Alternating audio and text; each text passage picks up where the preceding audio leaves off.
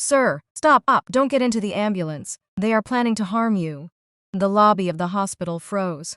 A child's voice, sharp, urgent, fearless, cut through the quiet hum of the building like a blade through paper. Every head turned. Every pair of eyes landed on the same thing. A little girl in yellow shorts and a white top, no older than 6, standing in the middle of the hospital lobby, with both arms stretched wide, her small frame planted between the elevator doors and the exit, like she had no intention of moving. The nurses froze. The man pushing the wheelchair froze mid-step. And the man in the wheelchair, Kang Hyun-Woo, looked up slowly. Korea's most feared man. The architect of an empire built in shadows, cemented in blood, and maintained through a level of ruthless intelligence that had never once been matched by any rival who dared to rise. He regarded the little girl the way he regarded everything. Without flinching, she stared right back at him, unblinking, unhurried. "What do you mean, little girl?" His voice was low, controlled, the kind of quiet that made rooms smaller. She didn't waver. "Your friends," she said, turning slightly and pointing. First at the man behind the wheelchair, then at the man in the suit, who was now walking toward the group from across the lobby. "Both of them. They lied to you." Her words came fast but clear, like she had rehearsed them and didn't have a second to waste. "They told you no doctor here could do your surgery. That wasn't true. And the ambulance outside isn't taking you to another hospital." No one in the lobby spoke. Several visitors who had been passing through stopped walking entirely. "They are planning to harm you after you leave," she added. Her eyes didn't drop. Her arms didn't lower. A collective gasp moved through the nurses. Hyun-Woo went very still. In 36 years, he had survived 4 assassination attempts, 2 corporate coups, and 1 ambush that had left 3 of his men dead. Every single person who had ever tried to bring him down had eventually knelt before him, or disappeared entirely. He had built his empire on the singular understanding that no one was beyond suspicion and no loyalty was unconditional. But not once had he been warned by a child. There was something in the girl's face. Not fear, not theater, just an earnestness so absolute it hit differently than any intelligence report he had ever received. He felt something cold move through his chest. The man who had been pushing his wheelchair, Kim Soo-hyun, his CFO and the closest thing he had to a best friend for the last 12 years, had gone perfectly still behind him. Hyun-Woo couldn't see his face. He didn't need to. And the man in the suit who was now standing at the edge of the group. Han Jae-min, his stepbrother, his legal guardian since their parents passed, the man who had insisted loudly and urgently that no doctor at this hospital was qualified to perform surgeries, had a look on his face that Hyun-Woo had never seen on him before. Not concern, not confusion, panic. "She's lying." Jaemin stepped forward, his voice climbing sharply. "She's a child. She doesn't know what she's talking about."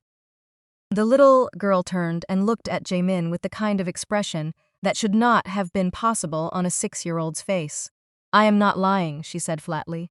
And then she turned back to Hyun-Woo, dismissing Jaemin's as cleanly as if she had just closed a door in his face. "I was at the vending machine in the lobby. I was recording a voice note for my mummy to tell her where I had gone." She paused briefly, like she was pulling the memory back into order. "While I was recording, 2 men in suits came and stood near me. I don't think they saw me, because I was behind the machine. They were talking quietly." She glanced briefly at Soo-hyun, then at Jaemin, those 2 men. Hyun-Woo's grip tightened almost imperceptibly on the armrest of his wheelchair. One of them said that he had paid the ambulance driver. He said, "The doctors agreed to discharge you because they were told you needed better treatment somewhere else, and he was your guardian." Her voice was steady. She was recounting it like a witness stand. Every detail locked in with the precision of someone far older. "He said that you being sick was the perfect chance. That there would be no traces. And when you got into the ambulance, they would get rid of you." The lobby had gone absolutely silent. Hyun-Woo looked at Jaemin. Jaemin, who had wept at their parents' funeral. Jaemin, who had called him every week during his hospitalization.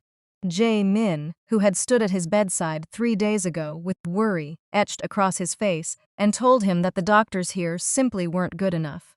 Jae-min, who was the sole beneficiary of his estate. "You're lying!" Jae-min's voice cracked. He stepped forward again, pointing at the girl, and the panic on his face had twisted into something uglier now. Something barely contained. "This is ridiculous, she doesn't know." "I can prove it," the little girl said. She said it simply. No drama, no escalation, just a fact. Everyone fell silent again. Hyun-Woo held her gaze. "How?"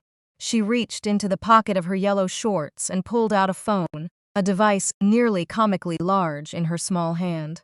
She held it out toward him. "I never stopped recording the voice note," she said. "I have everything they said. All of it." The lobby held its breath. A ruthless king of the underworld. A brilliant Nigerian transplant surgeon. A fearless little girl, with the courage to stand between death and destiny.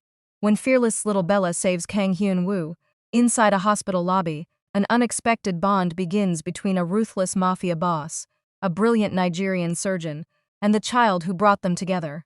But danger isn't over yet, and one terrifying night will test how far Hyun-Woo is willing to go to protect the people he loves.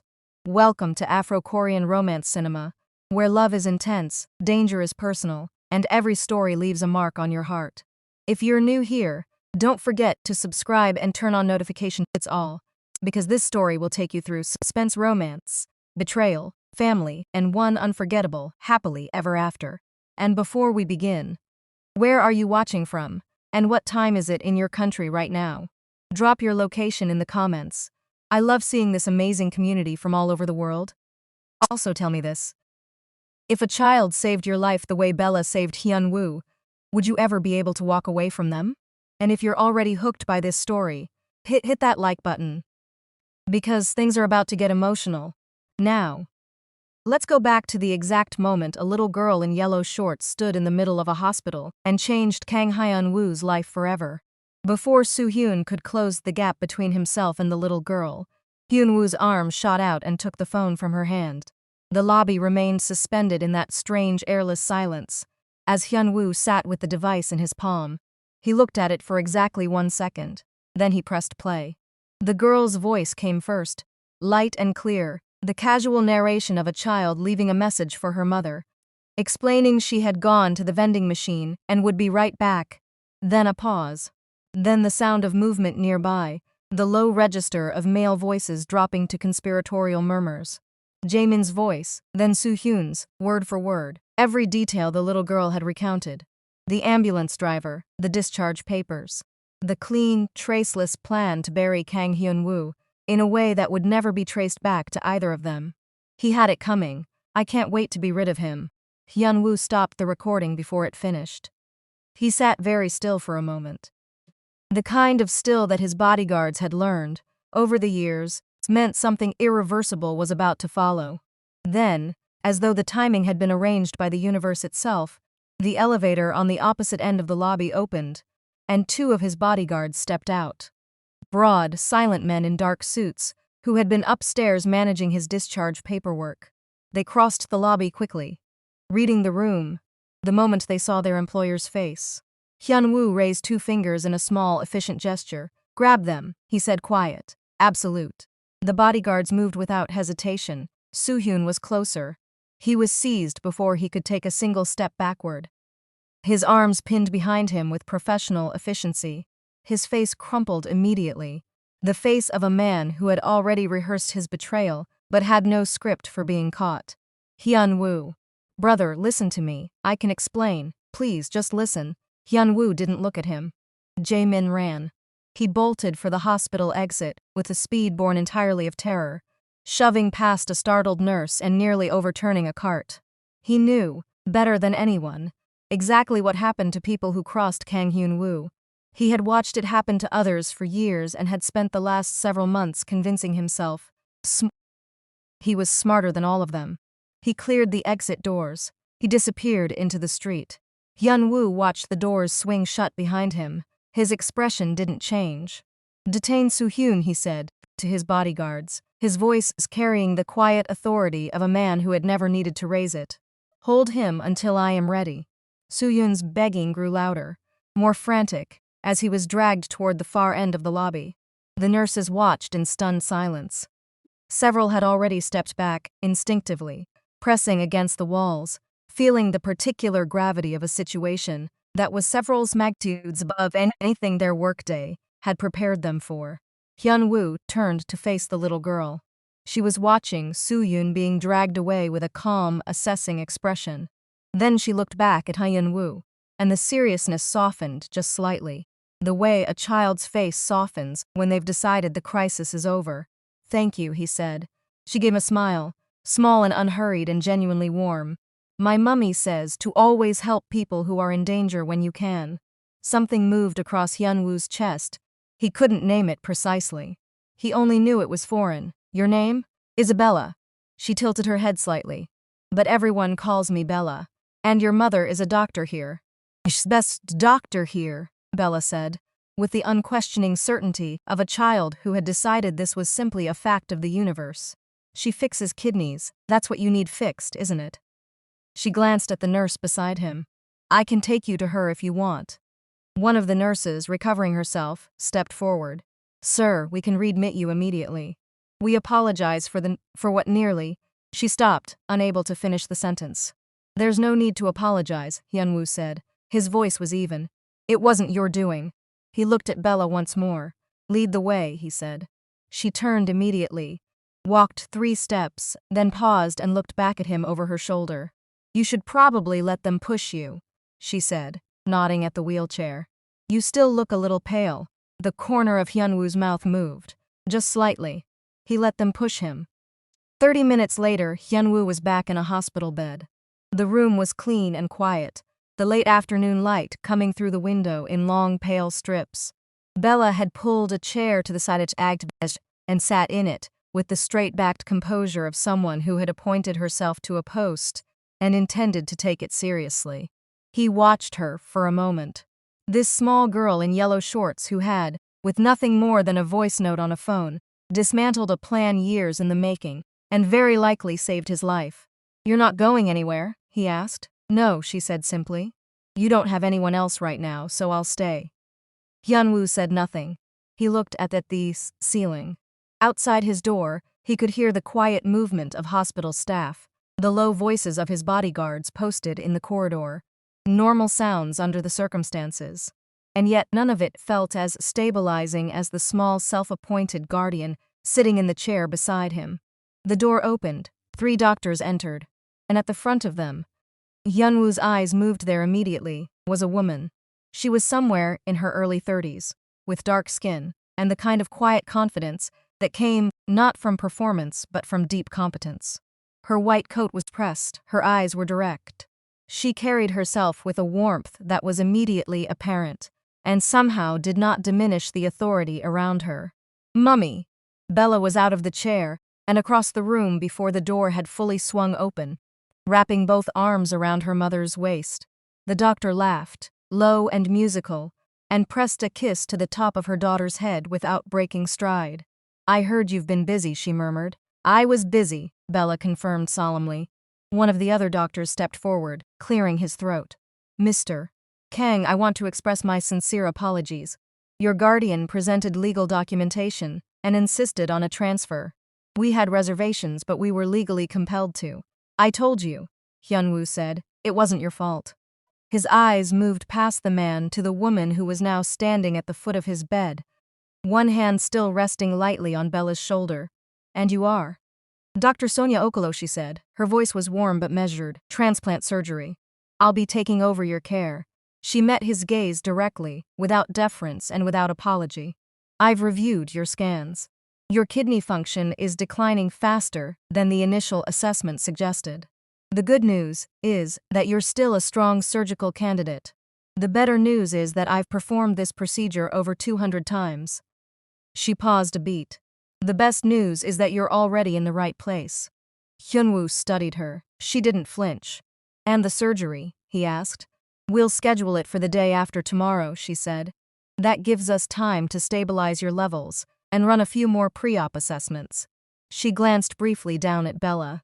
"I've also been informed," she said, a slight smile crossing her face, "that my daughter has already guaranteed the outcome of your procedure." "I told him he was in good hands," Bella said, walking back to her chair with great dignity. "I just didn't tell him they were your hands." The 2 other doctors in the room exchanged bewildered looks. Sonia pressed her lips together to contain the laugh, that was clearly trying to escape. Hyun-Woo looked at Bella, then at Sonia. Something in his expression shifted by a fraction. Barely perceptible to anyone who didn't know what his face looked like when it was unmoved. "Then I have nothing to worry about," he said. He directed it at Sonia. She held his gaze for a moment longer than was strictly professional. "No," she said quietly. "You don't." The surgery was a success. Sonia emerged from the operating theater hours later and found Bella sitting in the waiting corridor outside, eating a granola bar with two of Hyun-Woo's bodyguards flanking her on either side like enormous, expressionless babysitters. Both men who had intimidated executives and broken kneecaps on their employer's behalf looked slightly uncertain about what to do with the small child between them. Bella looked up at her mother. Sonia nodded. Bella exhaled. "Good," she said, and went back to her granola bar. He came out of the ICU 12 hours after surgery, conscious and stable. The first face he saw when he opened his eyes was Bella's. She was in the chair by his bed again. She had a small sketch pad on her knee and a green crayon in her hand, and she was drawing something with extreme concentration. She didn't notice immediately that he had opened his eyes. He watched her for a moment without speaking. She was drawing what appeared to be a house with a very large yard and several dogs, each one labeled in careful block letters. Dog 1. Dog 2, big dog, Fluffy. "That's a lot of dogs," he said. His voice came out rougher than usual, scraped clean by hours of anesthetic. Bella looked up without surprise, as though she had been expecting him to speak at any moment. "They're not all mine," she said. "Some of them are yours. I don't have any dogs. You will." She returned to her drawing with complete serenity. Han-Woo stared at the ceiling. Somewhere beyond the window, the city was moving in its relentless, indifferent way. He had lain in rooms like this before, recovering, recalculating, already planning the next move.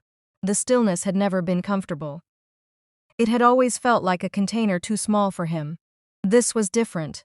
He turned his head and looked at the small girl drawing dogs beside him, utterly unimpressed by who he was and utterly certain of his recovery, and felt something in his chest that he couldn't categorize. Something warm and a little terrifying in its unfamiliarity. He was glad she was there. The days of his recovery built their own rhythm. Bella arrived each afternoon after her preschool, walked in by one of Sonia's colleagues, delivered to his bedside with the ceremony of a dignitary on an official visit. She would drop her small backpack on his bed, sit on his bed, or on the chair beside him, and immediately begin reporting to him on the events of her day. Not with the disorganized enthusiasm of most children, but with something approaching a briefing, prioritized by importance, embellished only where embellishment was clearly deserved. Hyun-Woo listened to all of it. He had not, in all his professional life, been a good listener in the conventional sense. He was precise and efficient in his attention. He extracted what he needed, and processed it and moved forward.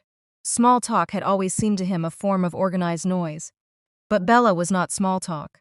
She was something else entirely. She was 6 years old and had the observational intelligence of someone 4 times that age, wrapped in the unguarded curiosity of someone who had not yet learned to be anything other than exactly herself.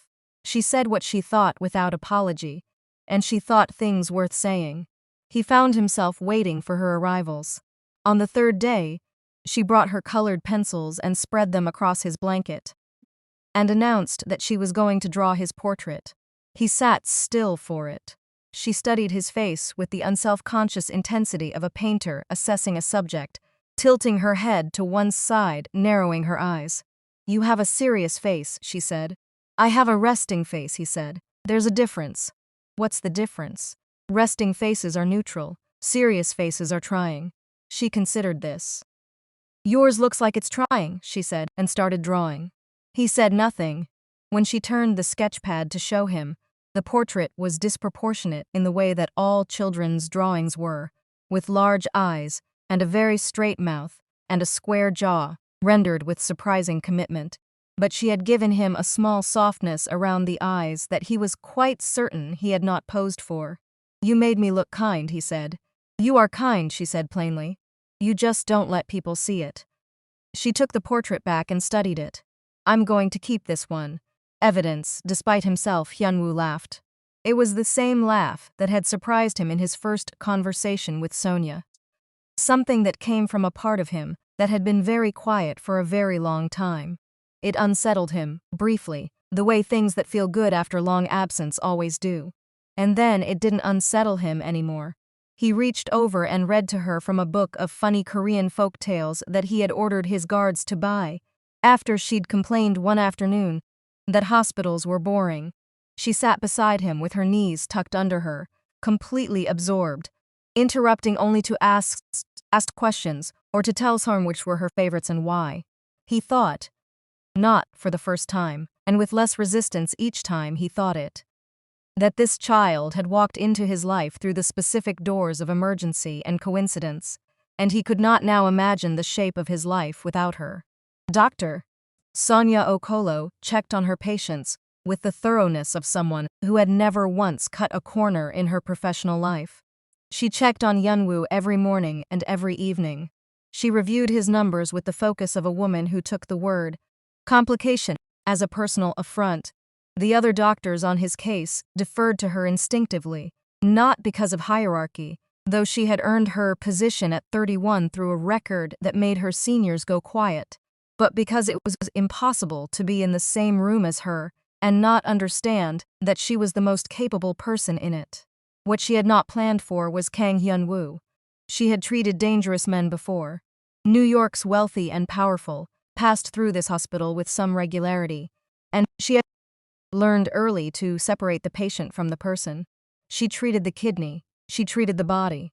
The empire they ran outside this room was not her concern, but Hyun-Woo was not easy to reduce. On the third morning after his surgery, she entered his room to find him sitting upright in bed, already having a low-voiced conversation on his phone, a device that had materialized despite her specific instructions that he was to rest. He wrapped up the call the moment she walked in, which was something. He folded his hands in his lap and looked at her with the patient expression of a man who was accustomed to having people explain things to him and expected those explanations to be useful. "I told you no calls for at least 48 more hours," she said, setting down her tablet and reaching for his chart. "It was 49 hours," he said. She looked up. He held her gaze with a perfectly straight face. She returned to his chart, but the corner of her mouth moved. Bella, who was sitting cross-legged at the end of his bed with a pile of picture books, looked between them with the shrewd attentiveness of someone conducting an assessment. "Your numbers are good," Sonia said, because they were, and she did not believe in withholding good news. "Better than projected, actually. Your body responded very well to the procedure." "Your work, not my body," Hyun-Woo said. She glanced at him. He wasn't flattering her, or if he was, there was no performance in it. He said it the way he appeared to say everything, as a simple, considered observation. "Both," she said. She finished her review and looked at him directly. "How are you feeling?" "Honestly." He considered the question with the seriousness she was beginning to understand. He gave everything. "Better than I have in months," he said. "Possibly better than I have in years." She nodded. "Good. I want you walking the corridor twice today. Short distances, slowly." She picked up her tablet. "Bella will tell me if you don't." "I absolutely will," Bella said, not looking up from her book. A sound came out of Hyun-Woo that Sonia had not yet heard from him. It took her half a second to identify it as a laugh, quiet, genuine, slightly unpracticed, as though his face was not entirely sure what to do with it. She found herself looking at him for a beat longer than she should have. She looked away first. "I'll see you this evening," she said, and left the room with her clipboard and her professionalism intact, which she counted as a success. Behind her, she did not see Bella watch her mother leave, and then turn to look at Hyun-Woo, with the expression of someone who had just noted something very important in a mental ledger. The evening check-ins were the ones she had not fully anticipated. Mornings were clinical. She came in with her team, reviewed the numbers, assessed progress, made adjustments. The work structured the interaction, and the structure was comfortable. Evenings were different.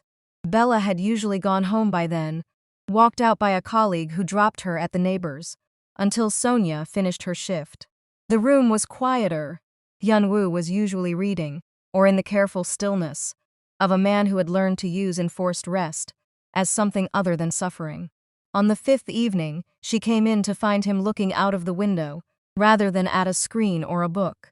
The city beyond the glass was already dark, the lights below like a scattered galaxy, and he was watching them with an expression she hadn't seen on him before. Not calculating, not commanding. Something close to contemplative. He heard her come in and turned. "Sit," he said.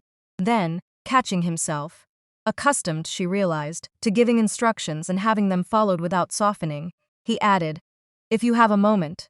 She had rounds to finish. She also had, in some honest and undefended part of herself, been looking forward to this all day. She sat in the chair beside his bed. They talked for 40 minutes. About medicine first. He asked her real questions, not the performative curiosity of a man making conversation, but the focused inquiry of someone who genuinely wanted to understand how the surgery had worked, and what recovery required, and what the long-term picture looked like. She answered him fully, because he was clearly capable of receiving full answers. And she had no patience for people who withheld information from patients, as though they were too fragile to know the truth about their own bodies. And then, at some point she couldn't precisely identify, the conversation shifted. He asked about her training. She told him. He listened without the small restless signals most people gave when they were waiting for their turn to speak. The slight lean, the exhale, the readied expression. He was simply still and present, and she found herself saying more than she had intended. When she finally looked at the time and stood, he looked at her with that quiet, direct gaze. "Same time tomorrow," he said. It was such a small question, low-key, almost casual. But there was nothing accidental in Kang Hyun-Woo. She was already certain of that, and the deliberateness of it made her feel something she hadn't felt in a long time. "I have rounds until 9, she said. "I'll be awake," he said. She picked up her tablet. "Good night, Mr. Kang." "Hyun-Woo," he said quietly. She paused at the door. "Good night, Hyun-Woo," she said, and walked out before the smile could fully arrive on her face. He was discharged on a Tuesday morning, 3 weeks after his surgery. Sonia stood in the doorway of his room, while the nurses completed the final paperwork. And Bella supervised the packing of Hyun-Woo's things, with the brisk authority of a small general. "Do you have someone at home?" Sonia asked. "Someone to check on you, help with meals." "Someone present, not just staff." "I'll be at my penthouse," he said. He was standing now, slowly, steadily, and with something that looked very much like relief. "I'll manage." Sonia looked at him. The phrase, "I'll manage," seemed to sit strangely on him, not because it wasn't true. She had no doubt that Kang Hyun-Woo could manage practically anything, but because it had a particular quality of loneliness that she didn't think he even noticed was there. "Mummy." Bella appeared between them, looking up at both of them with her hands clasped behind her, back, the picture of innocence. "Can we visit Hyun-Woo? I'm his temporary guardian, and it's my responsibility to check on him outside the hospital, too." Hyun-Woo looked down at her. "You're 6. I'm almost 7, she said with enormous dignity. Sonia laughed before she could stop herself. She looked at Hyun-Woo, and he was looking back at her. Not at Bella, but at her, with that quiet, measuring expression that had slowly, over the last 3 weeks, stopped making her feel examined and started making her feel seen. "We'll visit," she said, "as often as we can." Something crossed his face then. It was brief and he controlled it immediately, the way he controlled most things. But she caught it. "I would like that," he said. The weeks that followed had a texture Sonia had not felt in her life for a very long time. They came on Saturdays first, then Saturdays and Wednesdays, then sometimes on a Thursday evening, because Bella had announced at dinner the previous week that Hyun-Woo needed to eat a proper hot meal, and her mother's schedule had Thursday evenings free, and it was therefore settled. Hyun-Woo cooked for them one night. A Korean braised beef stew that filled his penthouse with a warmth that the sleek, expensive space had never quite managed on its own. He set the table himself. He did it without ceremony and without announcement. And Sonia arrived to find everything already arranged, the table set with a precision that was almost architectural. "You didn't have to do all this," she said. "You performed a surgery on my kidney," he said. "This is the least I could do.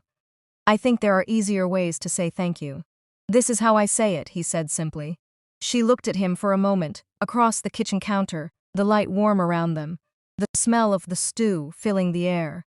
He looked back at her with the particular quality of stillness she had come to recognize in him. Not absence, but the opposite, a complete and unwavering attentiveness. "Okay," she said quietly. They ate together, while Bella kept up a commentary on everything from the appropriateness of the side dishes to a detailed account of what had happened at her art class that day. Hyun-Woo listened with his full attention, the way he appeared to do everything, asking questions about the art class that were specific and genuine and made Bella light up like a lantern. Sonia watched them from across the table. This hard, frightening man who ran half of Korea's underworld had somehow become the most attentive, patient audience her daughter had ever had. Bella had always been discerning. She had decided before age 5 that not every adult was worth her trust and had acted accordingly. But she had decided on Hyun-Woo within the first hour of knowing him and had not reconsidered since. She's a good judge of character, Sonia thought. She always has been. She looked at Hyun-Woo. He looked up from Bella's story and caught her eyes. Neither of them spoke for a beat. "More stew?" he asked. "Please," she said. He began watching Bella on the evenings Sonia was caught late at the hospital, which was, in the nature of her profession, more than occasionally. The first time it happened, Sonia had called him from the hospital at 6 in the evening, apologizing, explaining she wouldn't be back until 9 and that Bella was at a neighbor's, but the neighbor had mentioned it was inconvenient. "I'll get her," he said. A pause. "Hyun-Woo, you don't have to. I'll get her," he said again. And that was the end of that. He collected Bella in a car so sleek and black. It made the street look dull, with 2 bodyguards who had apparently been fully briefed on the importance of this particular small passenger and sat in rigid, silent vigilance for the entire drive. Bella, for her part, examined the interior of the vehicle with genuine professional interest and asked the bodyguard in the passenger seat if the window between the front and back was bulletproof. He looked at Hyun-Woo in the rearview mirror. Hyun-Woo looked at Bella. "Yes," he said. "Cool," she said, and pressed both palms flat against the glass. When Sonia came home at 9:15, she found the two of them on the living room floor, with a deck of cards spread between them, engaged in what appeared to be an extremely serious game of Go Fish. Hyun-Woo was sitting cross-legged on the floor in a way that did not look remotely natural for a man of his build or bearing, but he was doing it without apparent self-consciousness. Bella had a small mountain of pears in front of her. "He always lets me win," Bella told her mother without turning around. "I don't let you win," Hyun-Woo said. "I simply lose. That's the same thing." "It is categorically not." Sonia stood in the doorway in her coat, her bag still on her shoulder, and felt something press against the inside of her chest. Gentle and insistent and impossible to name precisely. She had been on her own with Bella for 6 years. She had built her life with deliberateness and care, and it was a good life, a full life. She had never once told herself it was missing something. But standing in this doorway, watching her daughter laugh at something, Hyun-Woo said with his perfectly straight face, She thought, oh, this is what it looks like. Late nights became a quiet ritual of their own. Bella was always asleep by the time the last of these evenings wound down, and Hyun-Woo never seemed in any particular hurry to end the conversations, which was itself a discovery. This man who ran an empire on efficiency and economy had an endless, genuine interest in the world as Sonia had experienced it. He asked her once about her training. Not the biography of it, the dates and institutions, but what it had actually been like. She told him. The residency years, the near misses, the night she had nearly lost a patient at 27, and sat in the hospital stairwell afterward, and thought very seriously about whether she was made for this. The morning, 3 years later, when a surgery that every other surgeon in the building had declined, had gone perfectly in her hands, and she had understood for the first time that she was exactly where she was supposed to be. He listened without interrupting. When she finished, he was quiet for a moment. "You were never going to stop," he said. She looked at him. "No," she said. "I wasn't." "I know that feeling," he said. She believed him. He told her in turn about his own life. Not all of it. She didn't expect all of it, but pieces. The parents he had lost early. The stepbrother who had been his only family, and who he had trusted without question, until he shouldn't have. The empire he had built not entirely from ambition, but from necessity, from the particular determination of a person who had decided, early, that the world would not take anything else from him without a fight. She listened to these fragments without flinching, the way she listened to everything. With the full, clear-eyed attention of a woman who had long ago sided at that people deserved to be seen completely, not only in the parts that were comfortable to look at. One evening she told him about Bella's father. She did it quietly, in the way she always did. Not with the careful emotional management of someone delivering practiced grief, but with the honesty of someone who had sat with a loss for long enough to carry it without being crushed by it. He was a good person, she said. He would have been a wonderful father. We just didn't get the time. She looked at her hands. She never got to know him. That's the part that stays. She looked up. But she has never once made me feel like she was missing something. She's just herself. Entirely, completely herself. And somehow that makes it easier and harder at the same time. Hyun-Woo was quiet for a long moment. She doesn't lack anything, he said finally. It was simply stated. She is one of the most complete people I have ever encountered. You did that. Sonia looked at him. He was not a man who said things for effect. She had understood that early, and it had never changed. Every word he said was considered and meant, and this one landed accordingly. Thank you, she said softly. I mean it. I know you do, she said. That's why. The apartment was quiet around them. Outside, the city was still making its low ambient noise, the hum of a world continuing its business. Neither of them moved. Were you always like this? She asked him one night. He raised an eyebrow. This contained, she said. This, she searched for the word. Armored. He considered it. For a long time, yes. She waited. It was practical, he said. It still is in most contexts. He looked at her, and there was something in his eyes that she had been watching develop over weeks. Something careful and deliberate, like a man reaching for something he had decided was worth the risk. Less so lately. The room was quiet. Yes, he said. He held her gaze. Lately, she looked down at her cup.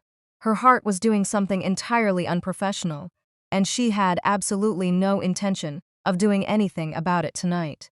But when she looked up again, he was still watching her, patient and certain, and she thought, soon. 3 months after his discharge, Hyun-Woo told Bella he needed her help. She looked at him with immediate, focused seriousness. What kind of help?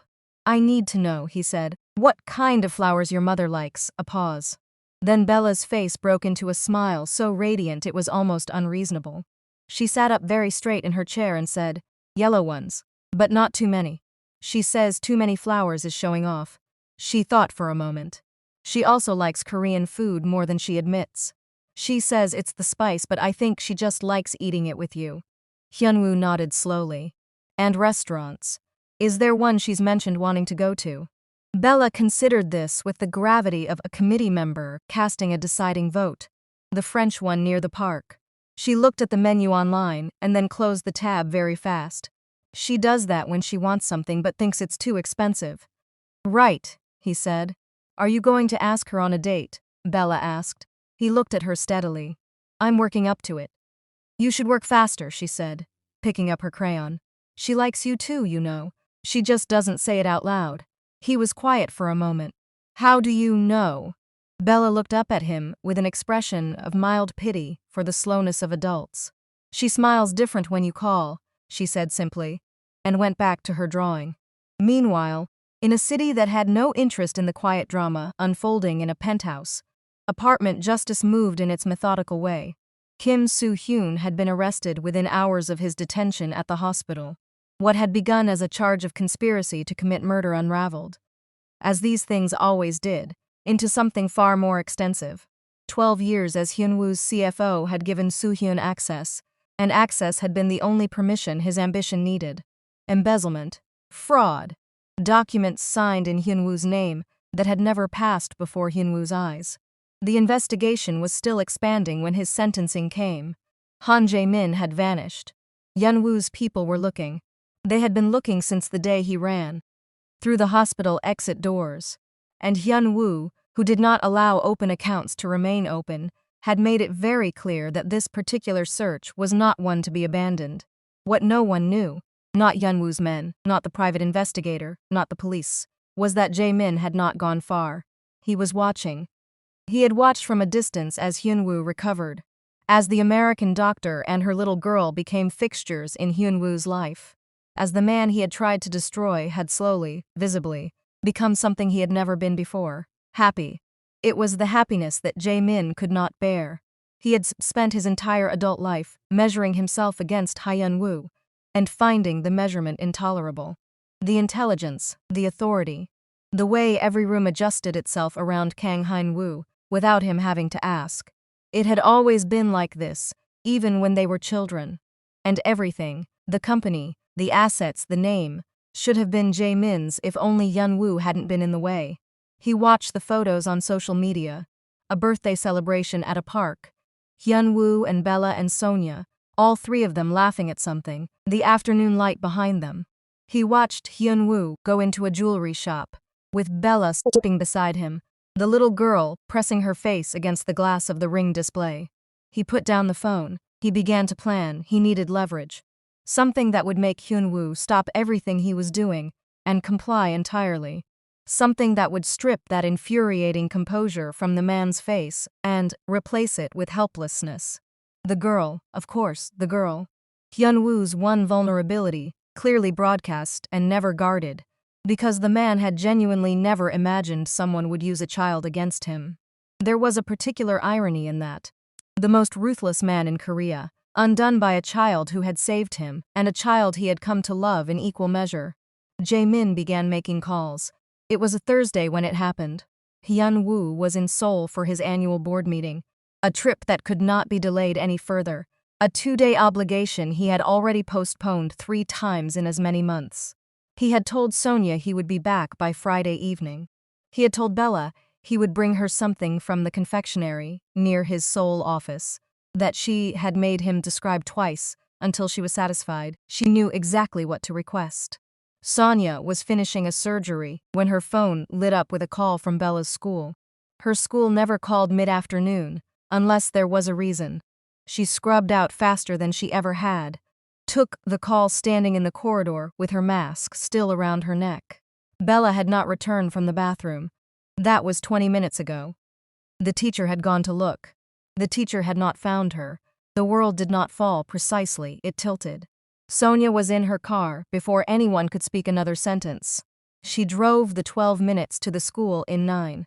She walked through the front doors and saw the faces of the staff, pale, frightened, careful, and understood that whatever had already been done could not be undone by arriving quickly. They searched for an hour. Bella was not in the school. Bella was not on the grounds. Bella was not anywhere that anyone could find.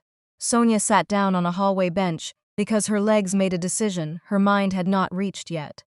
A teacher put a hand on her shoulder, and she felt it from a great distance, the way you feel things through water. She was a surgeon. She handled emergencies with steadiness and precision. She had held open a man's chest cavity and maintained her composure. This was different. This was her daughter. She called the police. Then she called Hyun-Woo. He answered on the first ring.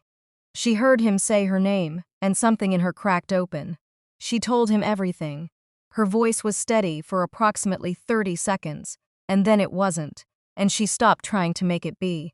He listened without interruption. When she finished, there was a silence on the line that lasted perhaps 3 seconds. "I'm on my way," he said. His voice was different. She had heard it at its coldest and its warmest over the last months, but she had never heard it like this. Entirely stripped of everything except intention. "I will be there as soon as my jet can land. My men are already being redirected. No one goes home. No one stops." A pause. "I will bring her back, Sonia. I need you to hear me. I will bring her back." She pressed her hand over her mouth for a moment. "Okay," she whispered. "Stay where you are. I will come to you first." She nodded, even though he couldn't see it. "Okay." "Sonia," his voice softened by a fraction, just enough. "She is strong. You know that better than anyone." She did know that. She had always known it. "I know," she said. "I know she is." He landed before the sun came up. She heard the apartment door before she saw him, and she was on her feet and across the room, before she had made a conscious decision to move. He caught her. His arms closed around her, and she pressed her face against his chest and let herself shake. Just for a moment, just this once. Because she had been holding it together for 16 hours and she had no idea how much longer she could manage it. He didn't say anything.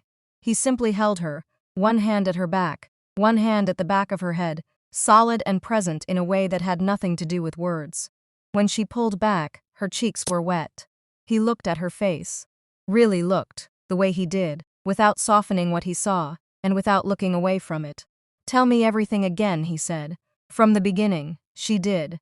And he listened, and as she spoke, she watched his face cycle through something that she had never seen on Kang Hyun-Woo before. Fear. Real, unguarded, bone-deep fear for someone he loved. He cared about Bella the way she cared about Bella. She had known it for months. But seeing it here, in the rawness of this moment, made her chest hurt with a tenderness that was almost too large to contain. "It's Jae-min," he said when she finished.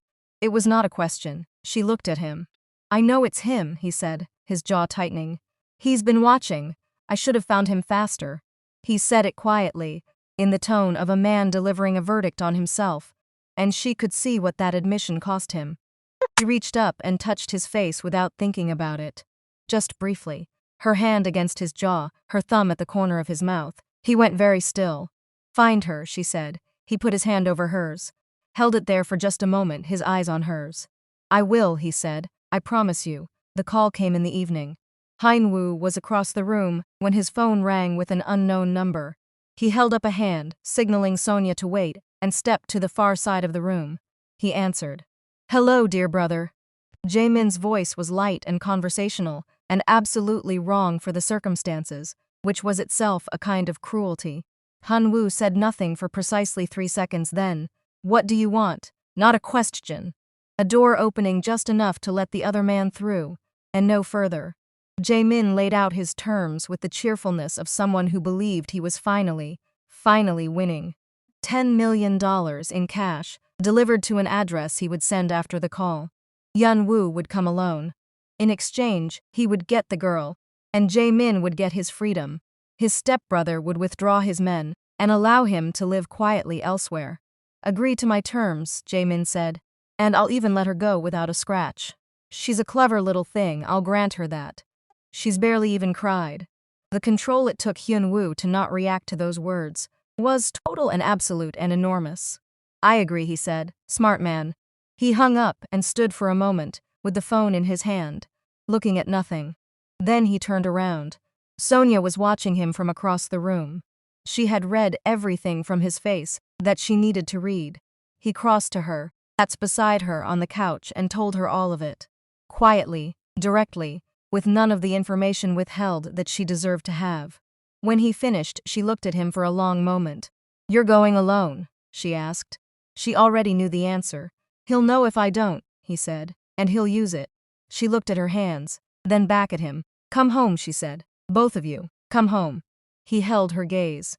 There was something in his eyes that was beyond the mission now, beyond the plan, beyond the calculation. Something raw and sure. "That is the only outcome I am willing to accept," he said. He drove out at 9 that evening, with a duffel bag in the passenger seat and $10 million inside it. Sonia stood at the window and watched the taillights disappear, and she prayed, quietly, steadily, with everything she had, for the two most important people in her world. The warehouse address was 20 minutes away, in an industrial block that had been empty for months. Hyun-Woo drove without music and without calling anyone. He had already done what he needed to do before he left the apartment. His instructions were already in place. He walked inside. The space was large and dark and smelled of concrete and disuse. Industrial lighting threw pale yellow over bare walls. And in the corner, sitting on a wooden crate with her knees pulled to her chest and her chin up. Because she was Bella, because she would not surrender her composure, even in a place like this, was his girl. "Bella." She looked up. Her eyes filled the moment she saw him. All of the composed and deliberate courage she had been holding on to for hours cracking open in an instant. He covered the distance in seconds and took her in his arms and held her as tightly as he dared. She held on, For a moment neither of them spoke. He felt her shake, not with sobs but with the release of sustained fear, the way a body lets go of what it has been holding when it finally knows it's safe. He pressed his cheek against the top of her head and felt something in his chest. That was beyond love. Something foundational. "You came," she said against his shirt. "Of course I came," he said. "I will always come." She pulled back just slightly and looked at him. Her eyes were wet, but her face was already composing itself, piece by piece, back into the expression of a person who had decided on courage and was not willing to entirely relinquish it. "I tried to be brave," she said. "You were," he said. He wiped her tears with his thumbs. "You were so brave, I'm so proud of you." She gave him a small, watery smile. Then her expression changed. Her eyes moved past him and her voice dropped. "It's a trap," she whispered. "He said he was going to deal with you. He won't just let us walk out." He looked at her. "I know," he said. He smiled at her, slow and certain. "Don't worry, darling. Everything will be fine, or will it?" The voice came from behind him a fraction of a second before the pipe did. He moved. Not fast enough to entirely avoid it. The air displacement told him it was close, but fast enough. He was on his feet and turned before Jae-min could recover the momentum of the swing. Bella screamed. Hyun-Woo stepped toward her immediately, putting himself between her and Jae-min, then began deliberately moving, drawing Jae-min sideways, away from the corner where she sat, creating distance between the man and his daughter. His daughter. The thought arrived without announcement, as though it had simply always been true. "You should really listen to the little girl," Jae-min said, swinging the pipe again. He was breathing hard, his eyes too bright, just like at the hospital. "You aren't leaving here alive." Hyun-Woo said nothing. He moved, he calculated, he watched Jae-min's grip on the pipe and his footwork, and the slight overextension each time he swung that told him exactly what to do, and exactly when. He waited. The third swing came. Jae-min left himself open for one beat, one fraction of a second. Hyun-Woo took it. The pipe was gone. Jae-min was on the ground. Hyun-Woo had his knee in the man's back, and his arms secured before Jae-min had fully registered what had happened. Jae-min thrashed. He was hysterical now, the light, cheerful tone entirely gone, stripped away to the bitterness underneath. "You can't win. You can't keep winning." "I already called the police before I arrived," Hyun-Woo said quietly, from directly above him. "They'll be here momentarily." He held Jae-min down with the ease of a man who had never once been afraid of him. "And this," he paused. "This is for touching her." He hit him once. The sound it made was very final. In the corner, Bella was watching with wide eyes. When Hyun-Woo turned, she uncurled from the crate and crossed the distance between them at a run. And he caught her and lifted her and held her against his chest as the sound of sirens grew in the darkness outside. The police station was bright and bureaucratic and took 4 hours. Sonia came. She walked through the station doors and saw Bella first. Sitting wrapped in an emergency blanket on a bench, holding a cup of hot chocolate that one of the officers had produced, and delivering a detailed account of events to a second officer with the precision and composure of someone who had clearly done this before. Sonia pulled her daughter into her arms and held on for a long time, without speaking. Then she looked up. Hyun-Woo was leaning against the wall a few feet away, watching them. He had a small cut above his brow from the pipe that had nearly connected, and he had not bothered to have it looked at yet. His face was tired and certain and entirely unguarded, in a way she had never seen it in any other context. She stood. She crossed to him. She put both hands on either side of his face and looked at him for a long, quiet moment. "Thank you," she said. He covered her hands with his. "There is nothing," he said, "that I would not do." She pressed her forehead against his. They stood like that for a moment, in the middle of the busy station, in the fluorescent light, entirely unconcerned with being observed. Behind them, Bella watched over the rim of her hot chocolate cup, with the satisfied expression of someone who had seen this coming for a very long time. 2 weeks later, Jae-min had been sentenced. The legal proceedings had been swift, the charges comprehensive, and the outcome Hyun-Woo had promised had been delivered in full. He took his 2 favorite girls to dinner on a Friday evening, a French restaurant near the park that Bella had recommended, and Sonia had not expected, and looked at him over the menu, with an expression that was half delight and half exasperation. "You didn't have to, I wanted to," he said simply. She shook her head, but she was smiling. The evening moved at its own pace.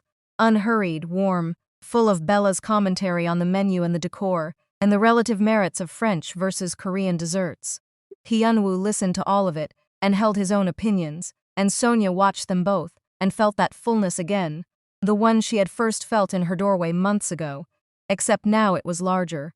Now it was everywhere. She was watching Bella debate the dessert list with their waiter, when she noticed Hyun-Woo go quiet.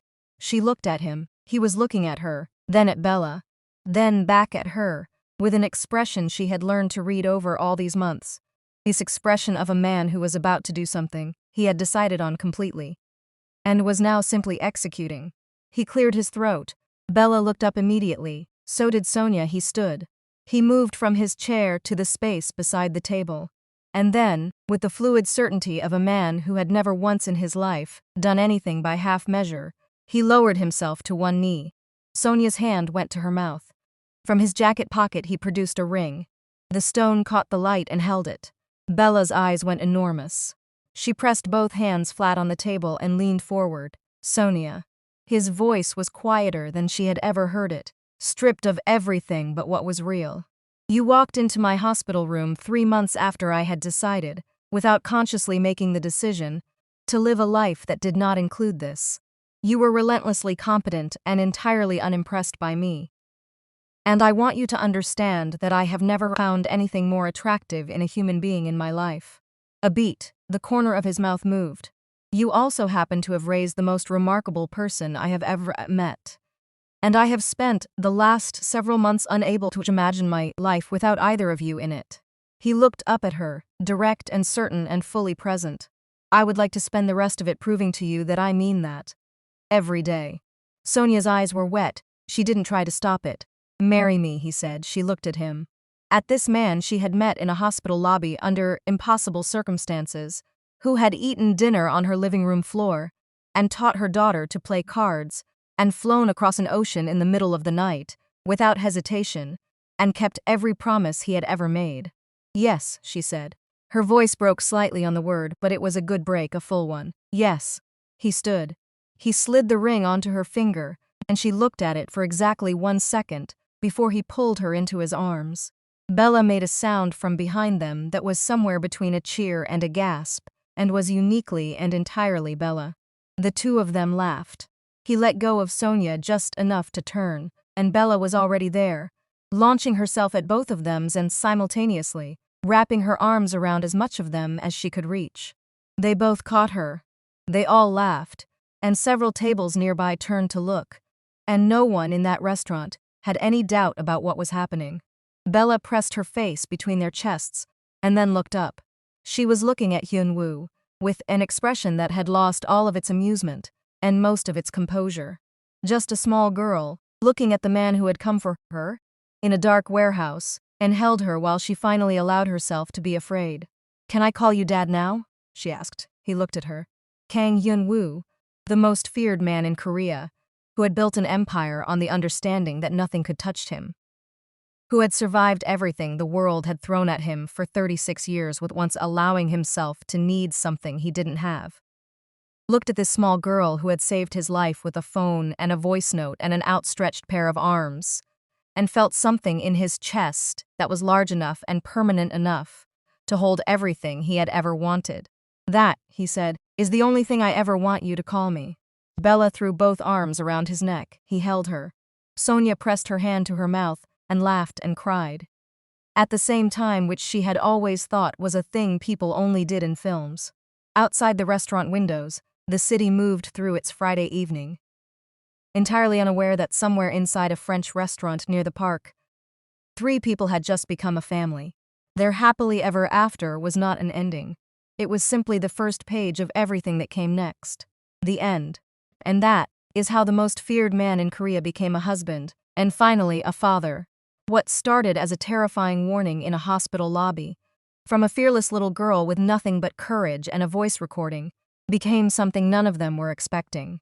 A family built through danger, loyalty, healing, and love.